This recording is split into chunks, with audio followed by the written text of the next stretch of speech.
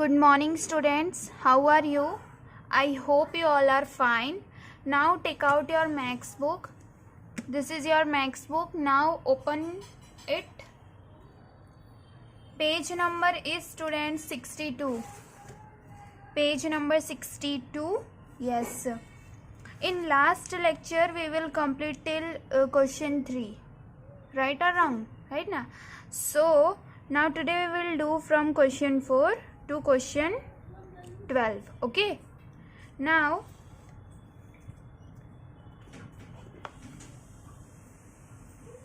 read the question number 4.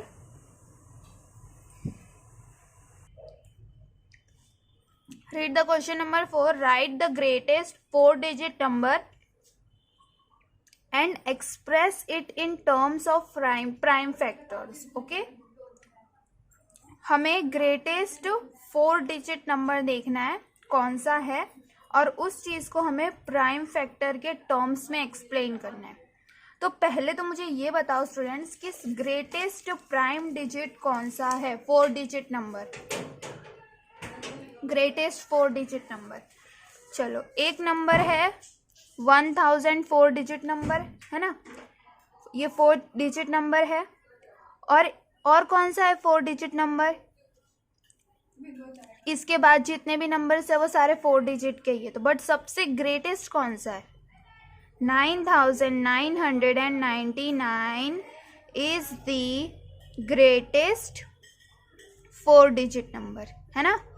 सबने अपनी CW book निकाली है. मैं CW में मैं करवा रही हूँ ये 4 to लेके 12 तक सारे सम करवाऊंगी. आप मेरे साथ करते जाओ, ठीक है. ओके. सो क्वेश्चन नंबर 4, ये 4th का क्वेश्चन है. तो ये रहा क्वेश्चन, ये रहा आंसर. अब 9999 जो है ये हमारा ग्रेटेस्ट 4-डिजिट नंबर है. तो आप ऐसे लिखो 9999 is the greatest 4-digit number है ना. लिखा. देन उसके बाद क्या करना है स्टूडेंट्स, उसके बाद ये करना है कि इसमें बोला गया है कि इस नंबर को प्राइम फैक्टर में कन्वर्ट करना है. मीन्स ऐसा बताओ कि जो उसका आंसर आए वो प्राइम फैक्टर्स हो, ठीक है. तो 9999 का आप क्या करोगे, LCM निकालोगे. LCM निकालना आता है सबको, तो चलो फटाफट LCM निकालो. किसके टेबल में जाएगा, 3 के टेबल में जाएगा. 3 3s are 9, 3 3s are 9, 3 3s are 9, 3 3s are 9. Okay. Now 3 1s are 3, 3 1s are 3, 3 1s are 3, 3 1s are 3. Now अब क्या करना है स्टूडेंट्स, अब किसके टेबल में आएगा ये 1 1 है तो 1 के टेबल में नहीं आएगा, 11 के टेबल में आएगा ये. 11 1s are 11. अब बीच में 0 लगेगा स्टूडेंट्स क्योंकि उसके बाद वापस से 11 है इस वजह से. सो 11 1s are 11. समझ आया. देखो ये 11 का 1, ये 11 का 1, बीच में 0 क्यों लगा, क्योंकि ये दोनों नंबर डायरेक्ट जा रहे हैं इस वजह से. तो अगर डायरेक्ट आप 11 into 11 लिखोगे तो आंसर आएगा 121. बट इसमें हमें 11 into 100 करेंगे तो हमें आंसर ये आना चाहिए इस वजह से, ठीक है. और अब 101 किसके टेबल में आता है, नहीं आएगा किसी के भी टेबल में. तो 101 1s are 101 होता है. अब स्टूडेंट्स देखो ये जो चारों हैं ये चारों क्या है, प्राइम फैक्टर्स है. तो इसमें ऐसे लिखो 9999 is equal to 3 into 3 into 11 into 101 is the prime factor. समझ आया आपको ये वाला आंसर क्वेश्चन नंबर 4.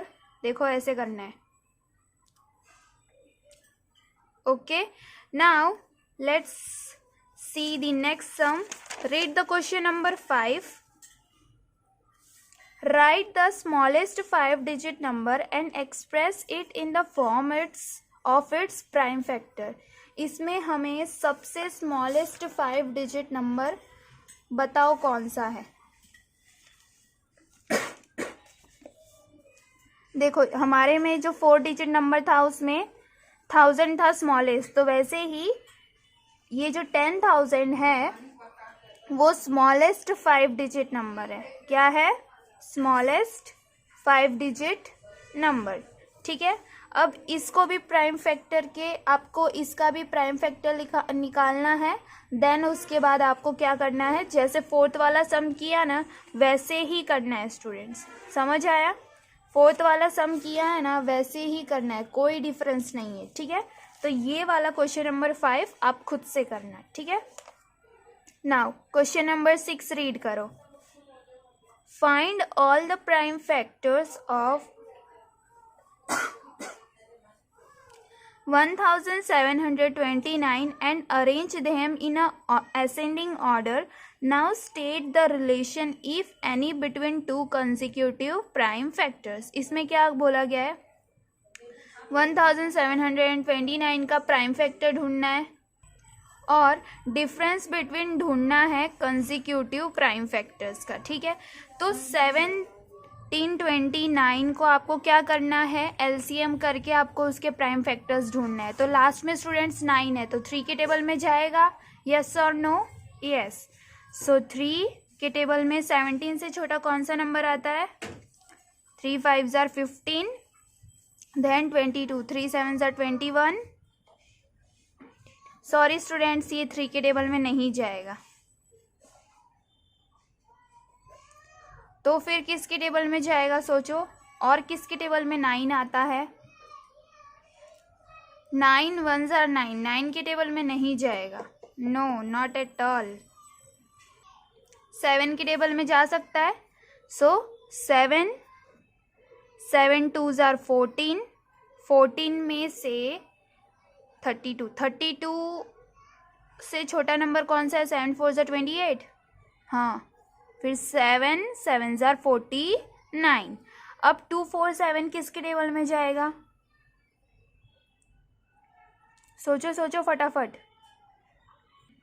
13 के टेबल में जाएगा। तो 13 के टेबल में 13 से छोटा, 24 से छोटा नंबर है 13 ऑल्सो, तो 13 1 जार 13।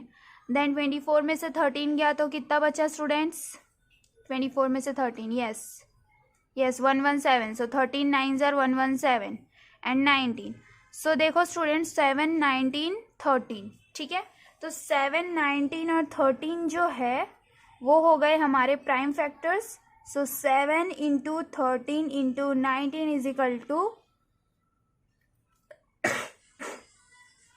1729। ठीक है, अब इसका कॉन्जिक्यूटिव प्राइम फैक्टर्स कौन सा होगा? 6 है। क्या है? 6 इज ए प्राइम कॉन्जिक्यूटिव। 7 के पहले क्या आता है? 6 आता है, इस वजह से 6 is our prime consecutive factor. Okay, understood? Now C, read the question number 7. The product of 3 consecutive number is always divisible by 6. Verify this statement with the help of some example. अब इसमें क्या बोला गया है कि जो हम multiply करते हैं 3 नंबर को, तो क्या वो नंबर 6 से डिविजिबल होता है? होता है, तो आप इसको कुछ एग्जाम्पल्स के साथ बताइए। तो चलो हम इसका एग्जाम्पल्स देख लेते हैं। अब क्वेश्चन नंबर 7 है। सो 1 2 एंड 3 स्टार्टिंग के 3 नंबर लिए। ठीक है, सो 1 2 जार 2, 2 3 जार 6। So 6 is divisible by 6। We get answer 1। अगर 6 को 6 से डिवाइड करेंगे तो हमें 1 मिलेगा, यानी कि ये जो स्टेटमेंट है वो राइट है। और हम जो क्या दे रहे हैं, एग्जाम्पल दे रहे हैं, यस लिखना है आंसर में। ठीक है, yes if the product of 3 consecutive number is always divisible by 6। ठीक है, सी। अब इसके बाद एक और एग्जांपल ले लेते हैं। 2 into 3 into 6, sorry 2 into 3 into 4, 2 3 जार 6, 6 4 jar 24 and 24 is also divisible by 6। कितने टाइम्स आता है? 4 टाइम्स आता है। 6 4 जार 24। ठीक है, अब एक और ले लेते हैं। 3 4 and 5, 3 4 jar 12, 12 5 are 60. 60 is divisible by 6. Yes or no? है ना, 6 से डिविजिबल है ना, 6 10 are 60 होता है, इस वजह से 60 इज डिविजिबल बाय 6. तो यानी कि ये जो स्टेटमेंट है वो प्रूफ हो चुका है ना. Now read the question number 8. The sum of two consecutive odd number is divisible by 4. Verify this statement with the help of some example. इसमें क्या बोला है स्टूडेंट्स, ऑड नंबर्स. ठीक है, 2 ऑड नंबर्स बोला है.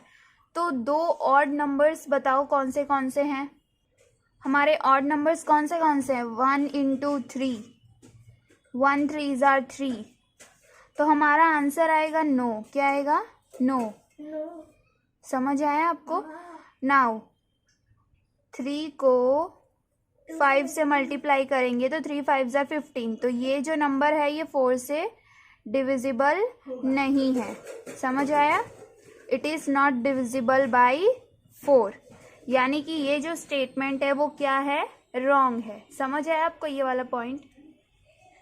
इसमें ऑड नंबर्स ढूंढने थे, वो भी 2 ढूंढने नहीं थे. आपको जो ऑड नंबर्स पता है वो ऑड नंबर्स को आप मल्टीप्लाई करो. मल्टीप्लाई करने के बाद चेक करो कि वो 4 से डिविजिबल है कि नहीं. अगर है तो योर आंसर इज यस. अगर नहीं है तो you should to write no. Okay, now read the question number 9. In which of the following expression prime factors has be done. इसमें से कौन से में प्राइम फैक्टर हो रहा है, मतलब जिसमें प्राइम फैक्टर्स आपको दिख रहे हैं. तो 24, 2 3s are 6, 6 4s are 24. 4 prime number नहीं है तो ये कैंसिल हो गया. ठीक है, अब 56 देखो, 7 into 2 into 2 into 2, या ये वाला है क्योंकि 7 2 2 2 ये सब क्या है, प्राइम फैक्टर्स है ना. नाउ 54 देखें, 2 into 3 into 9, 9 प्राइम फैक्टर्स में नहीं आता है ना. 9 प्राइम फैक्टर्स में नहीं आता है. 9 तो कंपोजिट में आता है क्योंकि उसके 2 से ज़्यादा फैक्टर्स है. और 2 5 and 7, 2 5 and 7 प्राइम फैक्टर्स है क्योंकि इसके खाली 2 फैक्टर्स है, इस वजह से. ठीक है, तो आपका आंसर है B and C. Understood. Now see question number 10. Determine if 25,110 is divisible by 45. 25,110 is divisible by 45. अभी हमें इसे डिटरमाइन करना है. See 5 and 9 are co prime numbers. Test the divisibility of the number by 5 and 9. ठीक है, अब इस number को हम 5 और 9 से डिविजिबल करके देखते हैं. अगर इट इज़ डिविजिबल यानी कि 45 से भी वो नंबर क्या हो जाएगा, डिविजिबल हो जाएगा, है ना. समझ आया. तो चलो हम ट्राई करके देखते हैं.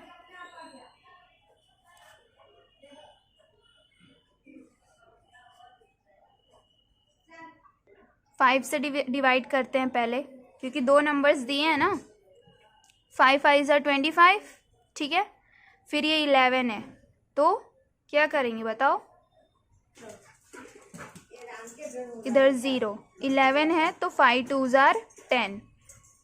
11 में से 10 गया तो कितना बचा, 1 बचा. Then 1 and 0 10. So 5 2s are 10. समझ आया आपको ये वाला.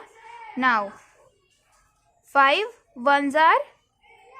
सी स्टूडेंट्स, लास्ट में 2 है तो 5 से डिविजिबल नहीं होगा.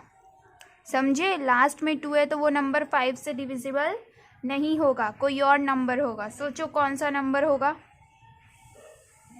सोचो सोचो फटाफट. 2 लेके देखें, 2 से करते हैं. 2 2s are 4, 2 5s are 10, 2 1s are 2 1s are. समझ आया ये वाला.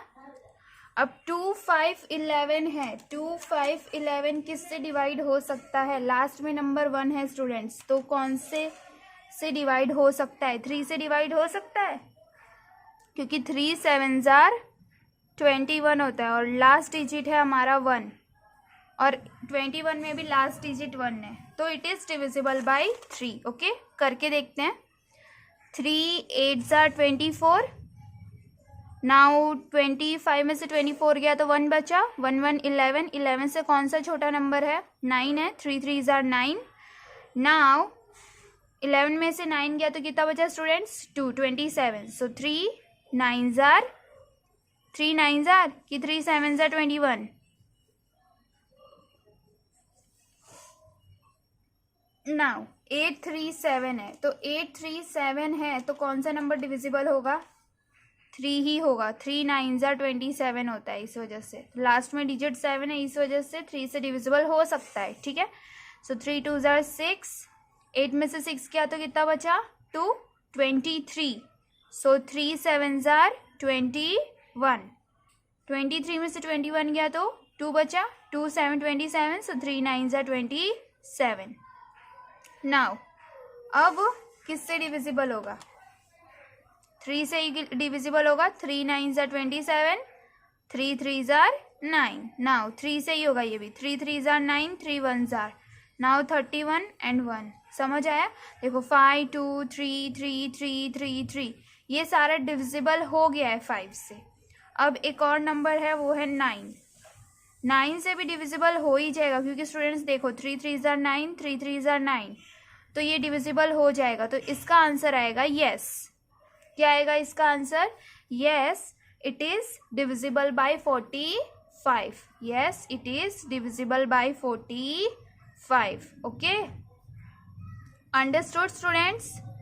Now read the question number 11. 18 is divisible by both 2 and 3. It is also divisible by 2 into 3 is equal to 6. Similarly, a number is divisible by 4 and by both 4 and 6. Can we say that a number must also be divisible by 4 into 6 is equal to 24? If not, give an example to justify your answer. अब इसमें बोला गया है कि इसमें जो ये जो नंबर्स दिए हैं, जैसे कि 2 and 3 इज इक्वल टू 6 हो रहा है। ठीक है, तो ये नंबर किससे डिविजिबल है? 18 से। इनमें से 2 भी 18 से डिविजिबल है और 3 भी डिविजिबल है। इसमें ये बोला गया है, can we say that the number must also be divisible by 4 into 6 is equal to 24? क्या हम बोल सकते हैं कि ये भी नंबर डिविजिबल हो सकता है? अगर आंसर यस है तो कोई बात नहीं, अगर नो है तो एग्जाम्पल दो कैसे। Okay, so let's see. अब इसमें जो दो स्टेटमेंट दिया है स्टूडेंट्स, एक है 2 3 जार 6 और दूसरा है 4 6 जार 24। ठीक है, अब इसमें ये देखो स्टूडेंट्स, ये जो है इसमें इसको हम ऐसे करते हैं। ठीक है, इसको क्रॉस मल्टीप्लिकेशन करो तो 4 3 जार 12 हो रहा है, 6 2 जार भी 12 हो रहा है। ठीक है, अब इसमें डिफरेंस क्या आ रहा है स्टूडेंट्स कि 24 से डिविजिबल है कि नहीं। तो ये जो 12 है ये नहीं डिविजिबल है, सो आंसर आएगा no, it is not divisible with, it is not divisible by 24। Okay, 12 divisible नहीं हो सकता है, भले 24 डिविजिबल हो सकता है 12 से। और अगर 12 डिविजिबल होगा तो आंसर हमारा किस में आएगा? पॉइंट में आएगा।